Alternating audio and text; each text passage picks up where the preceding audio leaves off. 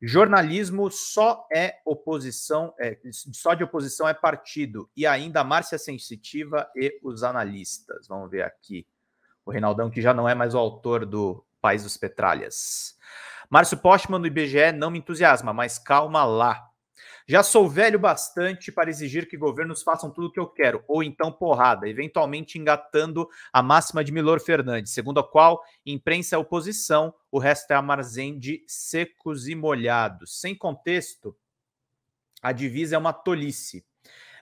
Quem, por dever de oposição, atacou a recriação de programas sociais na gestão Lula, comportou-se com um cliente da vendinha bolsonarista. Pode, mesmo no terreno das coisas lícitas, na hipótese que sejam, nem tudo me convém, como escreveu um certo Paulo. Não sei em que ano Milor fez tal afirmação, mas é provável que falte um regime militar, ou a sua herança, para lhe conferir o sentido original. Se o jornalismo for só oposição, então é partido. A imprensa há de ser apego aos fatos, sempre considerando o viés ideológico imanente à atividade, já na definição da pauta. E o jornalismo fotográfico? Lembro das reflexões de Roland Barthes na Câmara Clara, seu último livro. Ele chama atenção para o punctum, o ponto, pedaço de um todo que o fotógrafo não viu e que só ganha sentido pelos olhos do spectator, do contemplador. Também é um caso de um texto impossível saber exatamente o que lê um leitor. Quando se entra numa seara da opinião, as coisas se complicam.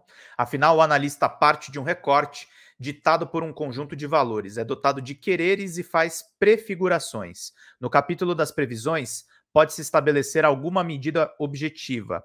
Ou aconteceu ou não aconteceu aquilo que ele anteviu como fatal. Galera, mandem superchats, precisamos aqui na Folha Democrata de... temos aí 15, faltam 35 pilas para a gente fechar.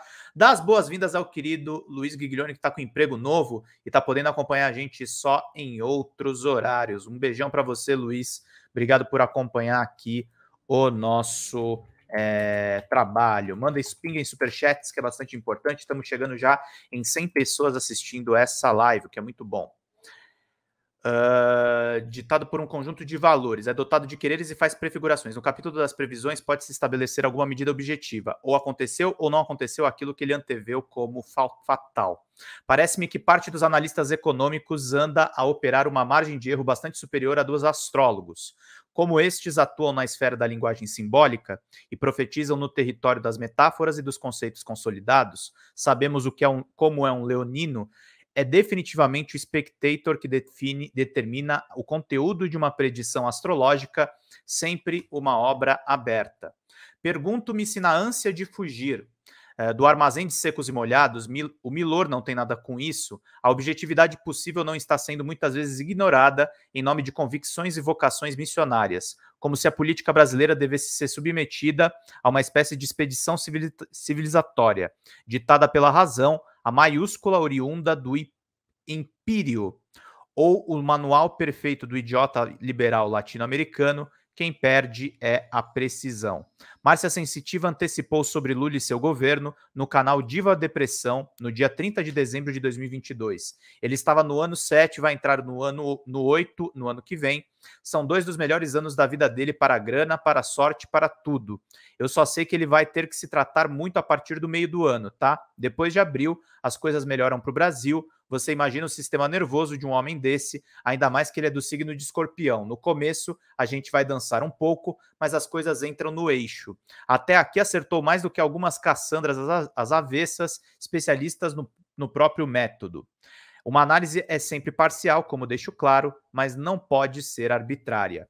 No meu Desenectute particular, relevo os limites da realidade e justifico sem sofismas, por exemplo, a eventual entrada do PP e do Republicanos no governo. Para quê? Fosse um Biltre se livrar do impeachment, este levaria porrada, como já levou. Se for para aprovar as reformas que ficariam pelo meio do caminho sem o centrão, que se faça na lojinha de que sou freguês, inexiste sonho sem feijão. Para registro, já critiquei duramente no passado o economista Márcio Postman e não vejo ainda motivos para elogiá-lo. Se e quando vir, eu o farei. Mas evocar até o risco de argentinização, porque ele vai assumir a presidência do IBGE e poderia, especula-se, manipular os números da economia, é um despropósito. Querem o quê? A impossível prova de inocência antes mesmo do eventual crime. Ademais, o Brasil dispõe de instrumentos vários para detectar eventuais distorções. Quem tratou o Instituto aos chutes, o censo só foi realizado por ordem do STF, foi Paulo Guedes, a serviço do balcão bolsonarista de quinquilharias. Não se ouviu metade da gritaria de agora. Pode, mas mesmo no terreno das coisas lícitas, nem tudo me convém.